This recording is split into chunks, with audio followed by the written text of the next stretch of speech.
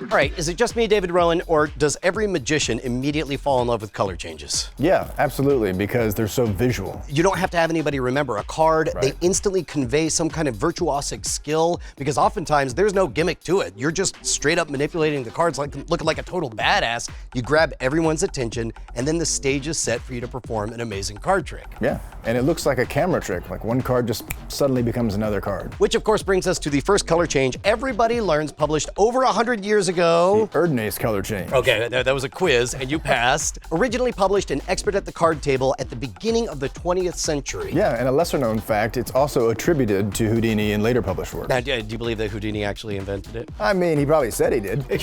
How long has it been since you've done this one? To be honest, like 15 years. Yeah? Okay, so when I learned it, it was that you hold the deck like this, you cover the deck, your hand comes back, over, and then it's a different card. That's certainly what you're aiming for it to look like. And the secret sauce is you jog forward this bottom card, and the back part of your palm is going to catch the card underneath, and then it just clears that lip as you bring it forward and then to the side. And you feel that sort of click as it clears that back part. And I guess the exposed view is that you're just dragging it down, you feel that click, and then you drag it forward, square everything up, and then it changes. Wait, did we just both happen to have both of the aces right at the same top? That's amazing. Magic.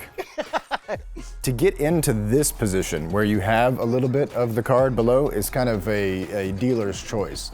Like I feel like this is kind of an odd move, so I like to just push it up just a tiny bit, and to where if you're looking at the deck, you might not even notice that I've jogged that by an eighth of it. So you're already preset before you even begin the move, the way you do it. Right. Oh, I have a wonderful gift for you. Because I used to do it the exact same way. Whenever you see people teaching this, what they always do is they put everything is squared up, they put their hand on it, they push it forward, then they drag back till they get the click, then you can see them square it up, and then it's a different card, right? JB of Theory 11, Jonathan Boehm, gave me a wonderful tip on this. He says, everybody thinks in terms of pushing this first card forward.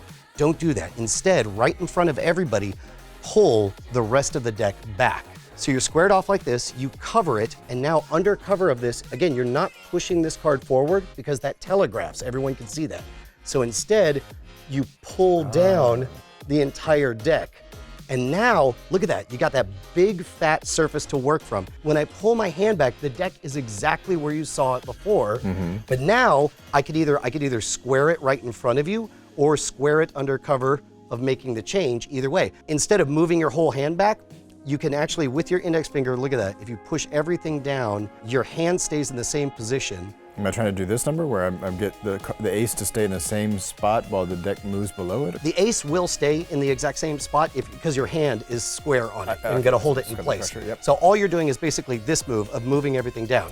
Everything on the outside stays the same. So you cover it up, and in this moment, it looks like nothing changes. I just moved the whole deck down, and there's not a single indicator to the outside world.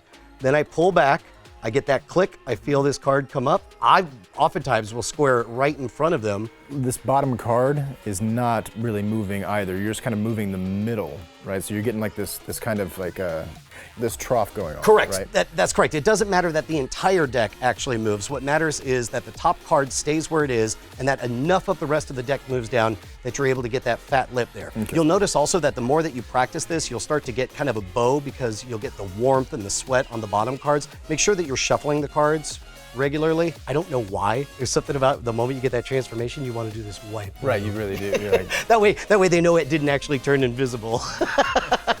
All right, here, let's see what you got. I've got my right hand here. It's going to come over. I'm going to hit my first knuckle of my index finger on the top, get that pressure, do the secret move. God, I love the fact that I can't even see it right now. The bottom of my palm is grabbing the card. I wait for the click.